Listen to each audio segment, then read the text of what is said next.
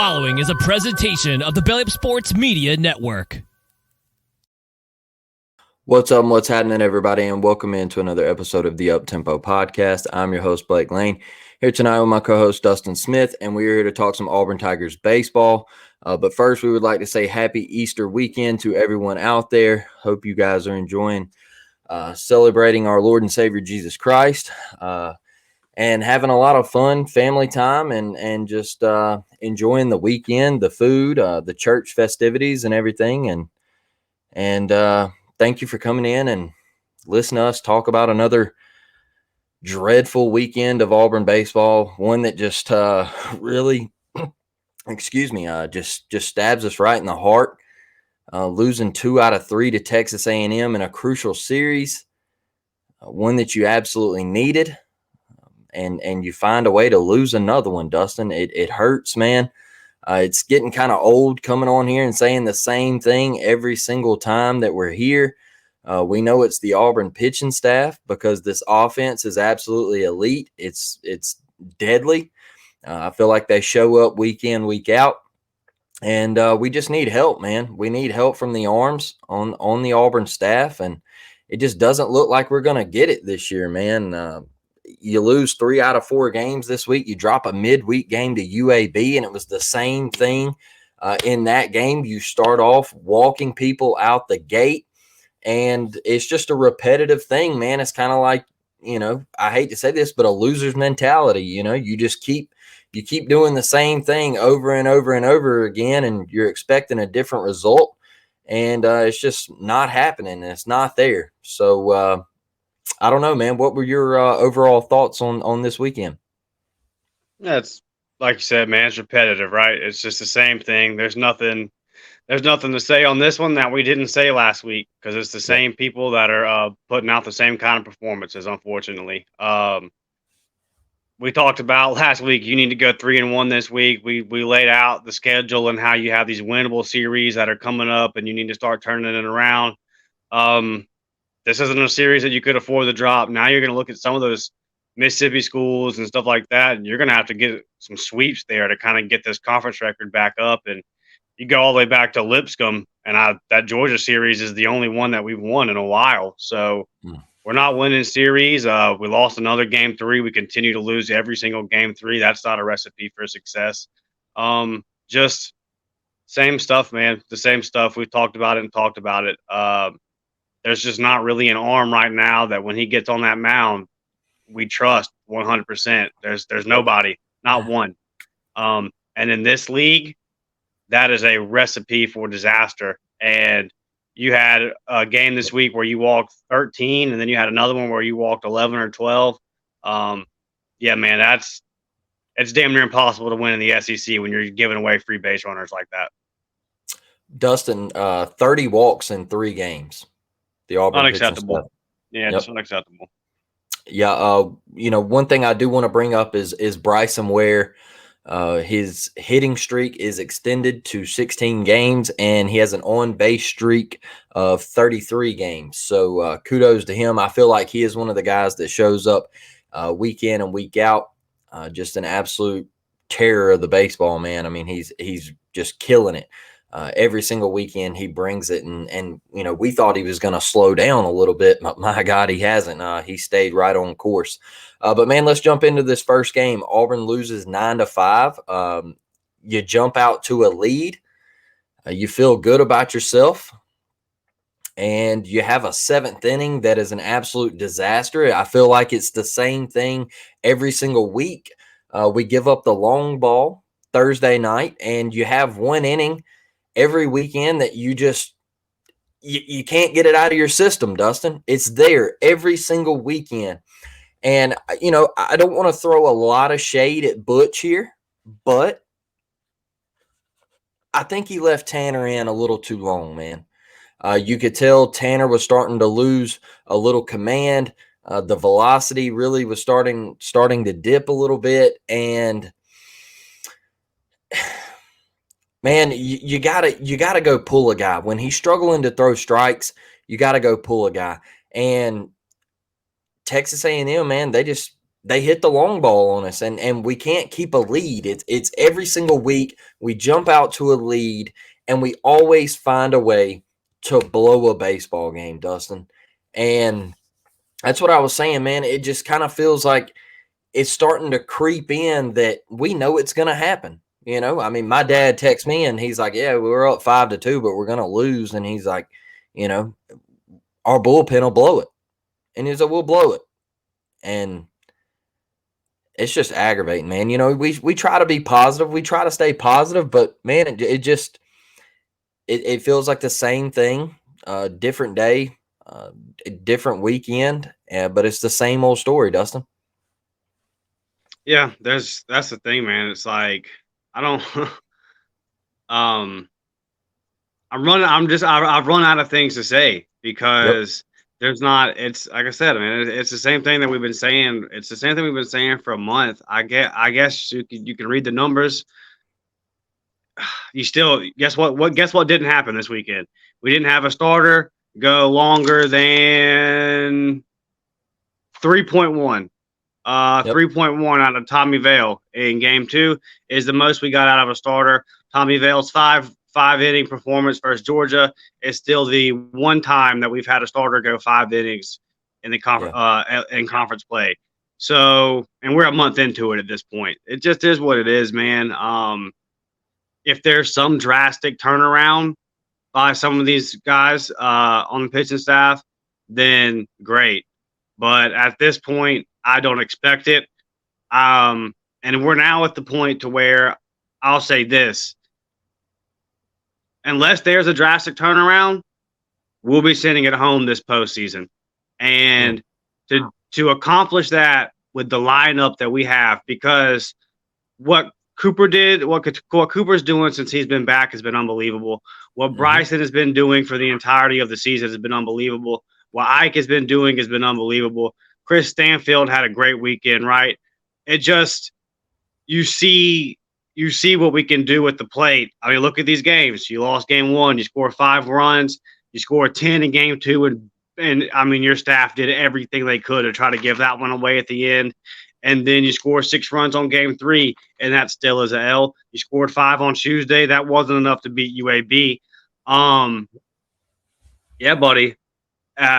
So with this good of a lineup, I still am at the point to where I don't see a path to us making the postseason, because explain to me, even looking at Mississippi State and looking at Ole Miss, you can't tell me, you can't give me any kind of confidence. There's no path you can give me to where I look at those games and say we're for sure going to win those series. Like, based off what? They're struggling. Okay. We're struggling too. We can't 30 walks. Yeah. 30 walks. Yep. I mean, what do you I'm not trying to be mean. I don't know what to say. I'm out of stuff to say. If you expect to win the SEC, if you expect to play postseason games, you have to throw strikes. You have to have competitive performances. This isn't even competitive, man. 9 runs, 12 runs. That's how many runs you gave up this weekend. 9 runs, and 12 runs. How are you? This is the SEC. That's not going to get it. I mean, it is what it is, man. That's not going to get it done. Yeah.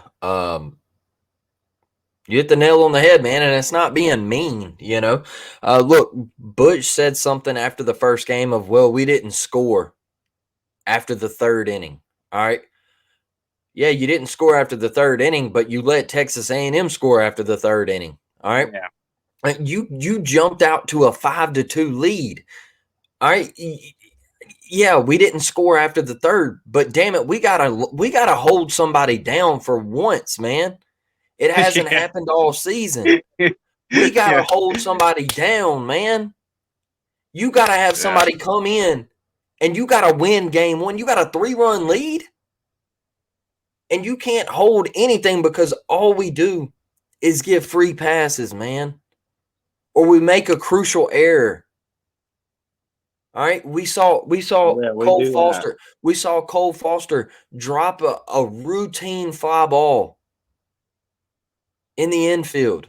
All right, that is stuff that cannot happen. We've seen Caden Green have trouble with catching routine pop-ups on the infield and stuff that can't happen. We've seen Cole overthrow first base to lead off a game out in Arkansas. Man, that is stuff that can't happen.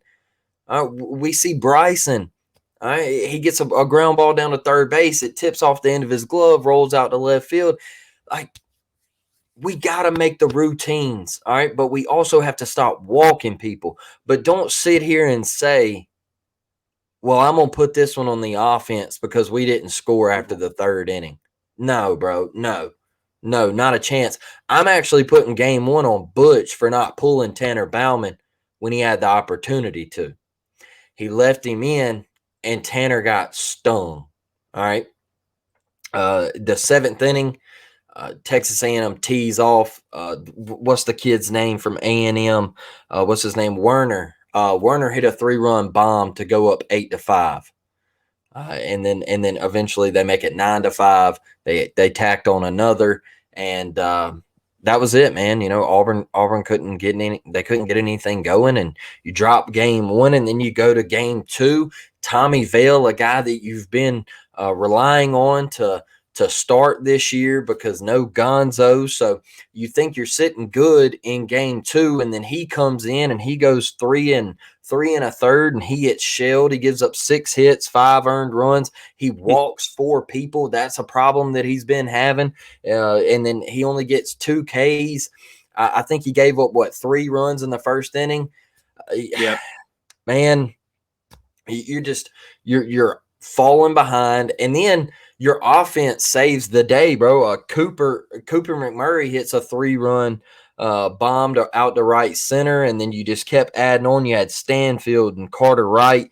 They make it 5-3, and then Auburn adds on in the third to make it 8-3 with another Chris Stanfield double out to left center. But then you have the kid from A&M, man. He hits 2 bombs. I think he pulled it within a 2-run game. And then, you know, that 9th inning, I mean, we can sit here and talk about it, man. I know you and your thoughts on Chase also. You were to the point, Dustin, of you looked like you didn't want to win a baseball game. That's what it looked like. All right. Auburn looked like sphincters were tight. They didn't want to be out there. Nobody wanted to make a big-time pitch.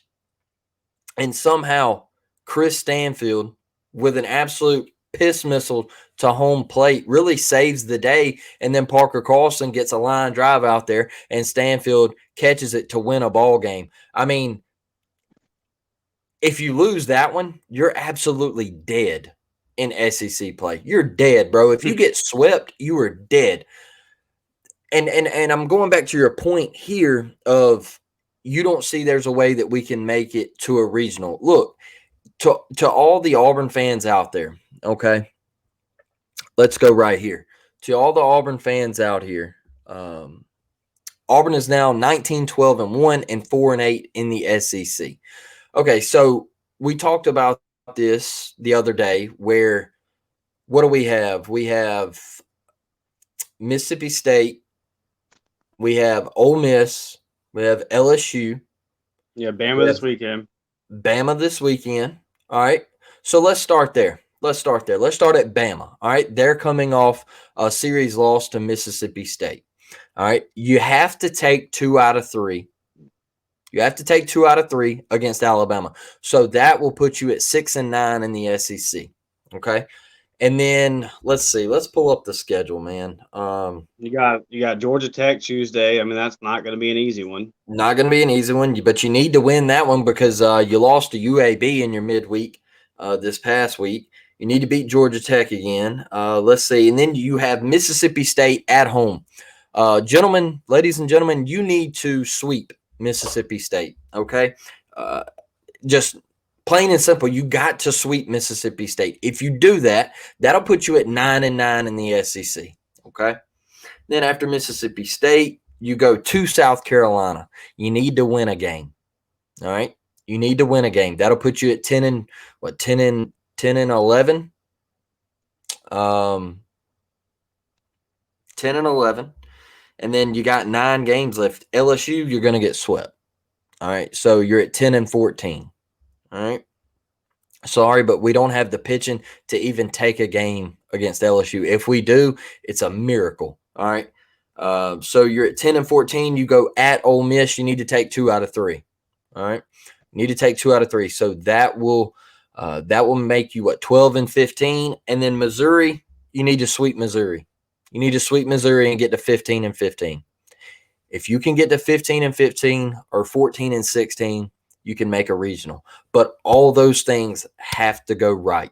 Somebody has to come out of this pen, be a damn leader, and make something happen because it's getting so repetitive. Miss Devin, after the game the other night, she said, I just hope, one time that you guys get to talk about us winning and you get to be positive because it gets old coming on here with the same old negativity, Dustin. It's the same thing every weekend, man. 30 walks in 3 games. I mean, You give up 30 runs in 3 games to Texas A&M, a middle of the road SEC team this year. They're middle of the pack. It's because we're middle of the pack. Yeah, we're just in the middle of the pack, man. We're not we have one of the best lineups that you're gonna see. And then like I said, give me a name. You give me one guy that you trust out there on the mound. And you can't. You can't give me a starter. You can't give me a guy out the pen. I mean, let's just go back. So all right, we'll get credit where it's due. You beat Florida 10-5 or 10-1 that Friday night. Yep. Okay, but then look at it. You gave up 12 runs the next game. Then you gave up 17 runs. Then you give up 6 in your loss to UAB. And then you give up 9. Then you give up 9. Then you give up 12. I mean, 12, 9, 12, 17, 9, 10. I mean, these numbers are freaking ridiculous, dude. So, yeah, I've said it in jest on Twitter like 3 weeks ago. And now people are starting to go to it during the game and be like, oh, here's Dustin's threshold. I said we need 10 runs to win SEC games. You text that actually rang true this weekend. We needed 10 runs to win our only game. So I said that like being a smart ass jokingly, and it's the truth at this point. So yeah, man, it does suck. It's just like it was with football when you come in every week and you say, okay, same thing. It's just like with basketball. You come in every week and you say the same thing. And then now it's just with baseball. It's the same thing time and time again. This team believes in itself. This team has the intangibles. I always trust us if we're down by 4 and we're at the plate. But if we're up by 4 and we're on the mound, can't trust it. And what you're going to do is you're going to have a season, Blake, where you look at the end of it and you have guys like Ike who are going to get postseason awards. You have guys like Bryson who are going to get postseason awards. Cooper keeps doing what he's doing. He's going to get some awards. A guy like Bobby keeps doing what he's doing. He's going to get awards. You're going to have guys on all SEC teams, on all freshman teams, and you're not even going to have a postseason invitation to show for it. Because for as good as your lineup is, your pitching is that bad. And then to your point of making these errors are coming at the wrong time. It's 2 outs. It's going to get us out the inning. And then it's a bad throw to first. Or you drop an infield fly. It's just coming at the worst times. And let me ask you this. Do you think this is Coach Rock's only year on the Plains? Because he's already been moved out to the pen, and it already seems like – and Butch – I've never seen Butch the way he was this weekend. He just seemed at his wit's end with it. He seems like, I don't know what else to do. I don't know what else to tell you guys. Blake, Blake, they can't throw strikes. I mean, it's stuff of little leagues, man. It's little league. We can't get out of innings because we literally cannot throw strikes. We're walking 3, 4, 5, 6 guys at a time, man. So I don't know what I don't know where to even I don't know what happens the rest of the season with this. But I know that when the off season comes, there has to be massive overhaul as far as a roster goes. And I would just say that this experiment isn't working. Missing Tim Hudson yet? Dude, bad, very, very, very, very much so. Yeah. You know, when that news come out that Huddy was leaving and going to Lee Scott, and I understand why. Like, right. And if you don't understand, get out of here. Like, the dude's going to be with his son and to coach his child and everything. Hey, look, you don't have to explain anything there. But I knew it was going to hurt more than people were taking it. Like, people were saying, "Oh, well, Butch will fill the role. Like this team will be okay." I knew it was going to hurt a little bit because Huddy's that guy, man. He had the dudes. He knew how to call a game. He just he was that guy. And I'll be honest with you, I'm with you on the Rock. All right, I'm with you. Like, get out of town. Sorry, but the experiment's not working. All right. No breaking balls, dude. Like, the breaking balls are all flat. Nobody's breaking stuff is working at all. None of it. Nobody's fastball is working. Chase also can't even throw a fastball for a strike. It's not competitive. There's nothing about this Auburn pitching staff is competitive. Period. Right. And we try to be so positive, and we try to just say that we don't want to get on here and be negative. That's the thing, man. It's like I hate being negative, but at this point in the season, you got to tell the truth, man. Yeah, what do you want to? I mean, that's the thing. If you have a problem with it, I hate to cut you off, but if you have a problem with it, then you do it. What else would you have us say? You know what I mean? Like, there's nothing else to say. There was somebody who commented on last week's video saying, "Calm down." Then it's like, well, we're not freaking out. Yeah. I'm telling you, we have some of the best lineup in the country and one of the worst pitching staffs. That's not freaking out. That's not sunshine pumping. That's a realistic overview of what's going on. Yeah. So the fact remains of what it's been for 2 months now with this baseball team. We can hit the hell out of the baseball.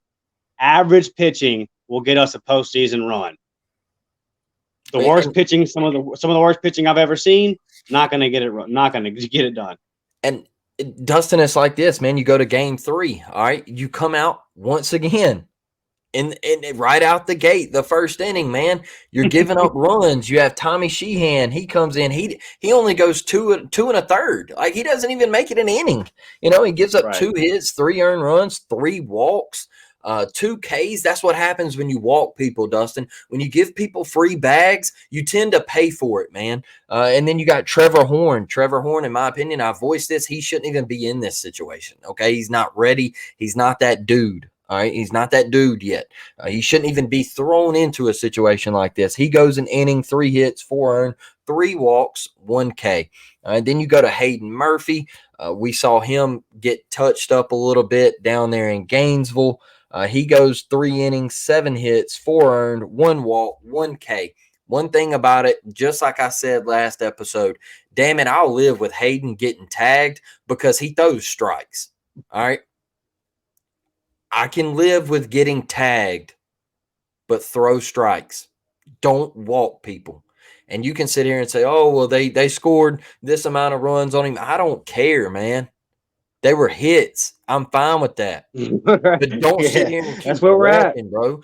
Find the zone. Yeah. Hey, at least Hayden Murphy finds the zone. Guess what? If he was to throw 91 puff, all right, belt high, and they hit it 400 feet, then, hey, kudos to you. All right, kudos to you. Great job. I'm going to tip my cap. But when you got somebody sitting here walking the bases loaded and he's scared to death, sphincter holes just tight as can be, don't want to be out there in the big moment. That's what my high school coach used to tell me. All right. Man, it's aggravating, dude. It is aggravating. Drew Nelson keeps getting chance after chance after chance.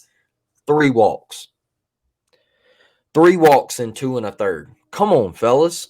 Step up, man. Step up. You know, I'm to the point where it's just aggravating, man. And, you know, we sound like a broken record just every single weekend we get on here and we have to talk about shitty pitching. And I hate to be that guy, but it's time to tell the truth and time to, you know, put your big boy pants on and you know, be better, man. Just be better. Like with Drew, he has the midweek performance, right? Where he goes, who is that? North Alabama. Yes, I get it. North Alabama sucks. Well, just from a momentum standpoint, the kid throws 7 great innings, a complete game, because we 10-run rule him or whatever. So you're hoping, you're saying, okay, maybe he's got his stuff going now. And then he's had 2 appearances since then. And we gave him a little bit of a pass in the Sunday game versus Florida because it was a tough position to ask a guy that had just thrown 7 innings a couple days before, blah, blah, blah. But still, 2 appearances since then, nothing. So it's just like every time somebody has, on the rare occasion we get a good pitching performance, that game 1 versus Florida, what if those guys don't? They come right back and don't get it done the next time out. It's just there's no consistency. I bet if we went down the line, we would have a hard time finding any pitcher this year that's put together 2 back-to-back solid performances. And if we did find it, I know for a fact we couldn't find 3 in a row. Talk to me. So at the end of the day, you play for Auburn University. Are you young? Yes. But you remember when, and our guys, no one said this, but you remember when Zach Wilson for the Jets, they had that game, they lost 10-3, and they asked him, "Do you feel like you let the guys down?" And he said, "No." Yeah. Now I'm not saying that our pitchers have. I'm not accusing them of saying no, but it's like that, right? Where you're letting down the bats. You're letting down a guy like Ike Irish. You're letting down a guy like Bryson Ware. These guys are having all-time seasons right now. All-time. These are, I mean, what Ike's doing, I can't remember a better freshman performance in an Auburn uniform. It's probably the best that I've seen in my life. Talk to me. So, I mean, when you have stuff like that going on, and we can't win these series because we can't throw strikes. I mean, like you said, forget getting touched up or just, you know, guys tagging you or whatever. You're giving it to them. You're just giving them walk, hit the batter, walk, hit a batter, walk. Then they line one in the gap, and now you're down 5-6 runs in 1 inning. It's just and it's coming from man. It's coming from veteran guys too, man. John Armstrong, he went 2 1/3. He had 3 walks. All right. It's just now don't get me wrong, he was clutch. All right. He got us out of a big inning. He K'd the side 1 inning. And we wouldn't have won the game without him there, but still, man, free passes that they're just, oh man. And Tommy Vale, man, you're a 6-year guy and you're walking 4 people in 3 1/3. That's not good, man. That's not good. But Dustin, as you can see on the bottom of our screen here, and for everyone who listens to this podcast, if you have a bright spot this weekend, put it in the comment section. We'd love to hear it. But Dustin, what is your bright spot on the weekend, man? Cooper. Absolutely. Yeah, because what Bryson and Ike have done all year, it's incredible, but it's almost to the point to where it's like, okay, well, this is just kind of what I'm expecting from these guys. To see to see Cooper. I mean, he had 2 home runs in game 2, Yep. and smoked both of them. So yeah, man, it's good to see Cooper back flashing that glove.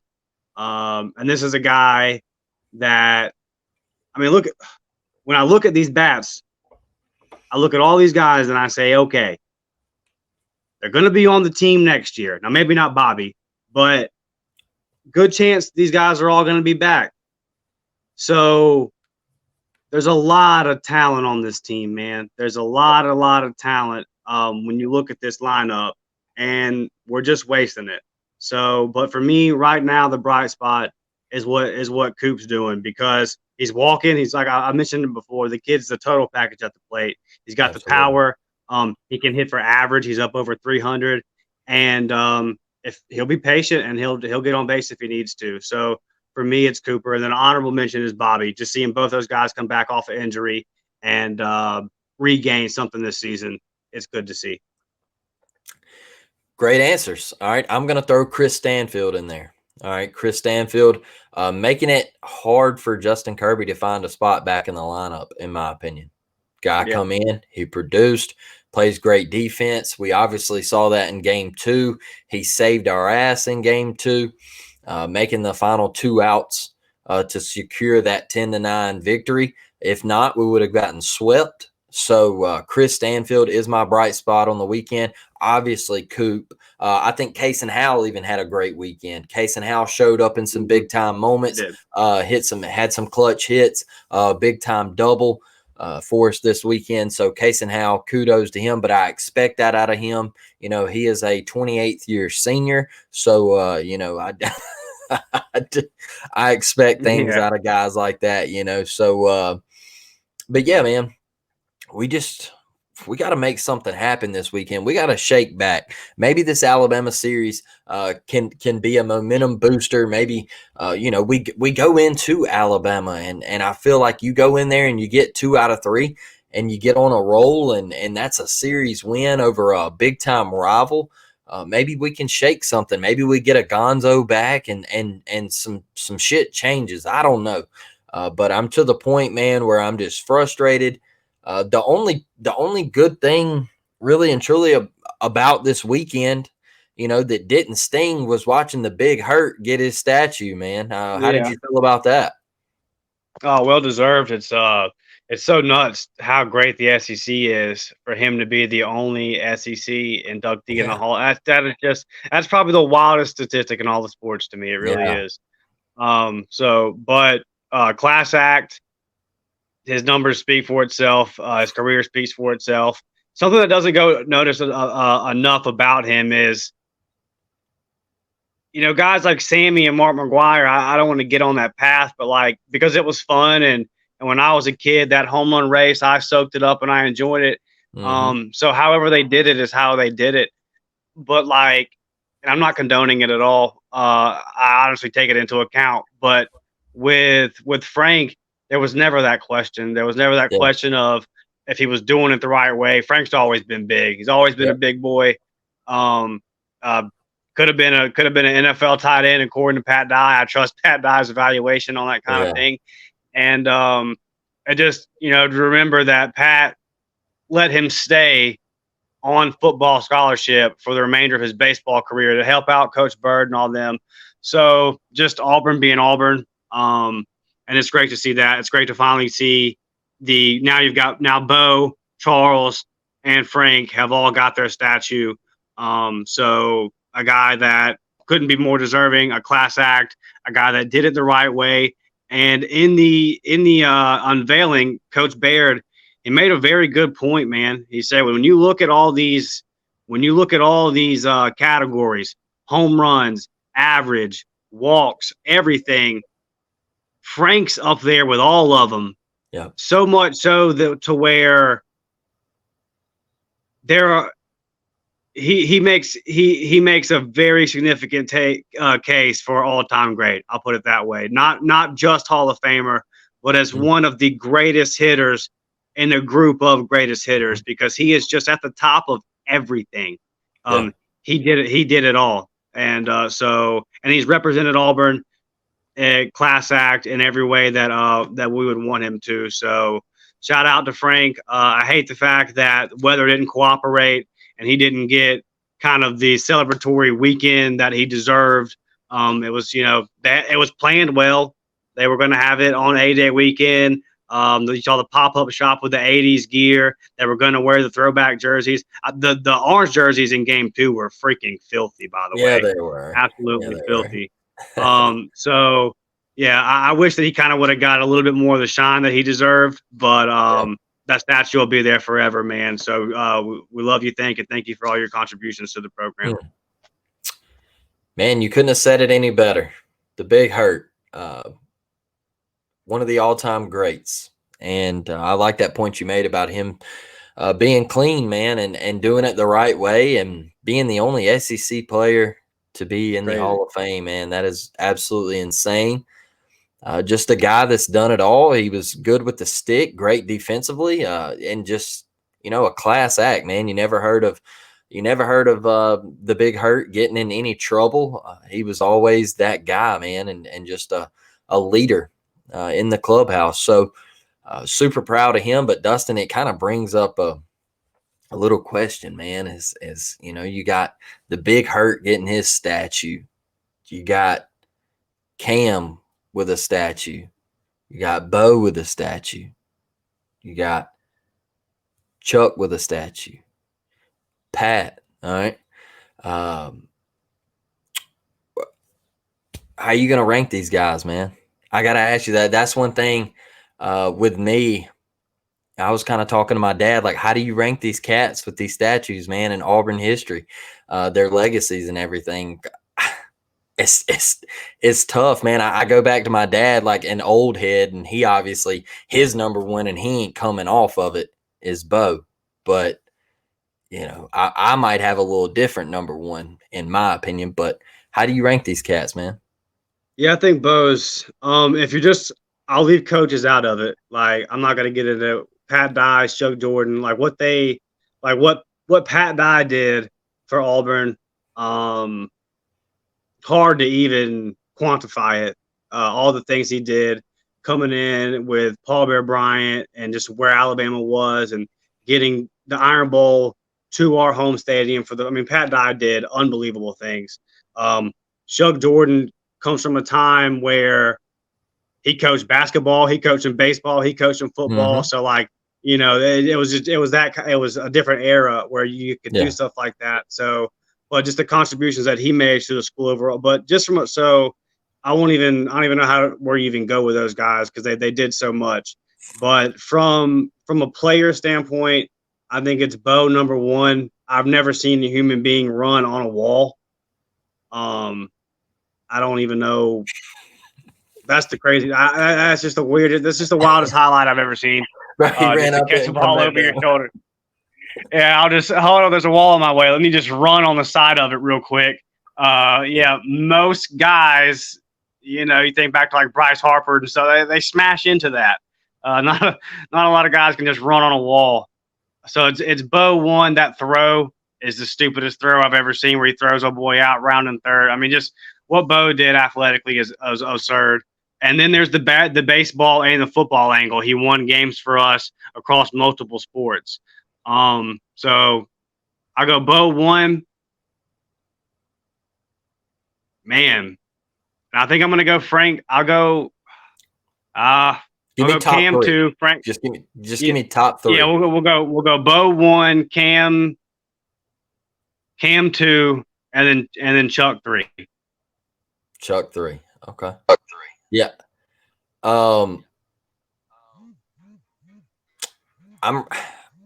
Man, that Cam, him winning that national championship, that's what makes it hard for me. Like, I want to put him at 1, but I know the Auburn fan base would absolutely fry me if I put him over Bo. But, dude, I got to do it, man, because I'll be honest with you. In 2010, I knew we weren't going to lose. Like, I never felt like we were going to lose. Even 24-0, bro. I never felt like we were going to lose because we had the best player in college football. All right. And in my opinion, the best player in college football history. And it ain't even close, in my opinion. It was a dude that you knew every Saturday was going to bring it. All right. And he took, in my opinion, a bunch of bums to a national championship. All right. Now, I know we had a couple dudes here and there now, but I'm talking about you take Cam off this team and you're Right, 7-5. yeah. All right. You're a hard Forget 7-5, maybe an 8-4. Okay. Maybe an 8-4. But with this cat at quarterback, bro, that 49-yard run against LSU where he shook Tyrann Mathieu, said, get off me, all right? This was a cat that was in the Heisman running the next year if he wouldn't have got caught with some marijuana, all right? And has had a 10-year career in the NFL as one of the better safeties in the league, all right? Then you break out into the open field after you take his jock, all right? Then you're out in the open field and you got Pat P, an all-pro corner, all right? One of the best to do it in the NFL. And you see him, he's coming at you and you burst into a different speed, all right? Into a different gear. And then you jab with that stiff arm, get off me. And you carry him into the end zone for 6 points. That right there was the freakiest thing I've ever seen in my life. And I know people, all the old heads from Auburn fans are saying, well, Bo Jackson ran over Brian Bosworth and all this. Look, bro, I'm telling you, Cam, what I saw that day, nasty. All right. Then I watched him walk into Bryant Denny and say, hey, you got me in a hole. I'm going to dig myself out of it. All right. Cuz didn't crack a smile the entire time they were down. All right. And then he runs around the field after they made fun of him and everything. He just had that dog, bro. And that run against South Carolina, don't forget that one. The throw against Clemson down the sideline. He dove 9 yards, yeah. Bro, Superman. All right. When he really did that, he meant it. All right. The throw against Clemson down the sideline. I think that was who? I think that was Terrell Zachary down there. Yeah, it was T-Zach. Yeah, that throw down the sideline, bro. I mean, just nuts, play after play, weekend. Yeah. But the fucking dart he threw to Darvin Adams, I think it was Darvin Adams in the Mississippi State game. I know we barely beat Mississippi State, but it was like second game of the season, whatever. All right, their defense was elite that year, by the way. That was a Mississippi State team that went like 8-4 that year. It was just weekend. Thursday night game in Starkville. Yeah, bro. It was like week in, week out. The dude brought it, bro. He brought it. So, yeah, you know, I want to put the big hurt, Frank Thomas, in my top 3, but he's sitting there at 4. I'm going to go Cam 1. All right, my dad's going to kill me. But I'm going to go Cam 1, Bo 2, and Chuck 3, man. And one thing I love about all of these dudes, man, is they still, to this day, just praise Auburn, man. You see Chuck during March Madness, bro, and he's got his Auburn stuff on, and he's giving praise. I think he's been a big part to this program that BP has built because he's always on TBS, TNT, you know, whatever, CBS, the March Madness channels, and he is constantly talking about Auburn on the biggest stage where millions of kids and people are watching.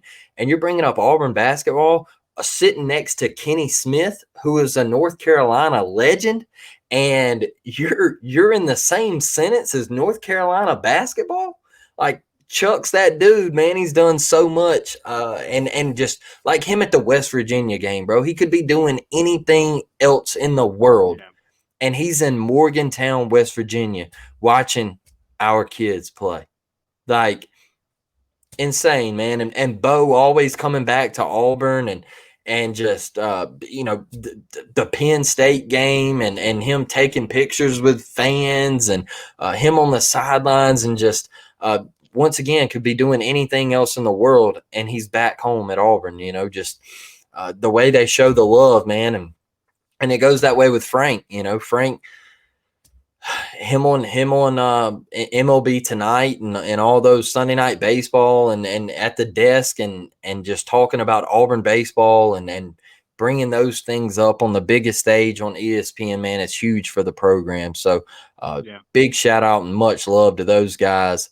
I'm sorry, Dad, I broke your heart with that number one, but I can't wait. One thing I'm so excited, man. I know this episode ran a little long, but Dustin, one thing I'm so excited for, man, is I'm excited for my son to get here in July because I know A-Day just happened, and this season, he won't be able to really remember it, but I'll have him to watch Auburn football with my dad, me, and now my son coming up this season, and it's Hugh Freeze's first year, man, and I'm excited, man. I can't wait. Look, for anybody out there that wants to know about the Auburn and Alabama rivalry, my wife has already said, well, Levi's going to be he's going to be an Alabama fan. And I'm like, absolutely not. It's not going to happen. And my father-in-law, he's like, we got to raise him right to be an Alabama fan. He's got to be a winner, and I'm just like, look, I hate it for you. It's not going to happen. I'm sorry. It's over. It's dead. Like it's just a mute point. He's going to bleed orange and blue, and that's the way it's going to go down. And I'm excited, and I know we're going to do an episode about A-Day. We're going to talk a little Auburn basketball coming up here within the next week. There's a lot of things shaking out over there. Yeah. But man, A-Day was A-Day. I hate the weather, like you said, with Frank and everything and his moment. I wish it could have shook out a little bit better. But man, before winding this thing down, I always let you get in your final thoughts. What do you got about this weekend, man, and the Auburn Tigers? Yeah, it was just unfortunate. This one kind of one of the things where like I was really excited to go and just kind of be up there. I was going to hope to get the baseball in and all that, and then see the football. And they ended up cutting a whole quarter out, and they probably threw the ball maybe 5-6 times. We'll chop it up tomorrow and talk a little bit about what we did see. My quick takeaway is one, we've been talking about it. It's not necessarily been the best secret, but Denver Jones is officially an Auburn Tiger. Mm-hmm. And I don't know if you could have drawn up what this team needs more than a 6'4" true 2 guard that can shoot the lights out from 3 and is also an 87% free throw shooter. Yep. That is textbook what we all would have said in the middle of the season. Give me that. So that's huge for us. And from the football side, not a lot to take out of it, but like I said, we'll talk more about it tomorrow. But I will say this: looked physical. The offensive line looked physical getting off the ball, and that's been a nice change. And I think that your QB question is pretty much answered. So the offense looked significantly better with Robbie under center. So I think we got some answers. $100 million football facility. So let's maybe move that thing inside next time it gets like that. But all in all, man, it is what it is. And I think that the number one thing that Hugh's going to say about it is nobody got hurt. So that's a good thing. And like I said, we looked physical, man. We looked like we were hitting people in the mouth. So that was a nice change. Love that, man. Like I told you about it yesterday, is I'd have just rather seen one-on-one. So let's go one-on-one. Let's go one-on-one. Give me your best, and let's just break it down into position groups and one-on-ones, man. Something I just, they cut the whole quarter out because of the weather and all that. It was just kind of, But yeah, we're playing in a hurricane. Yeah, it's spring football. Not looking too much into it anyway. Like I got up yesterday morning and I said, hey, don't overreact to anything that happens today. It's spring football. All right. Just calm down. Like, Sean Jackson's not going to be starting over Jarquez, I promise. yeah, everybody's like, oh, Sean Jackson MVP. And I'm like, yeah, he did great. He ran great. Like, loved it. But yeah, like you said, he's not going to be starting, and he might have found some minutes. He might have found a little run out there. But let's pump the brakes on everything that happens in an 8A game. So, man, Dustin, I thoroughly enjoyed it. Hopefully, we can get back to our winning ways on Tuesday night against Georgia Tech. That game is at Georgia Tech. We played the first one at Plainsman. So hopefully we can go on the road. And then we got the big one this coming weekend. Now or never. I might ride up to Old T-Town, man, and catch me some of that action. So, yeah, I'll you got a curveball? Man, I wish I had a slider, curveball, change up, and I wish I could throw it for a strike. Maybe 10 years ago, but I would have topped out at about 72 off the mound.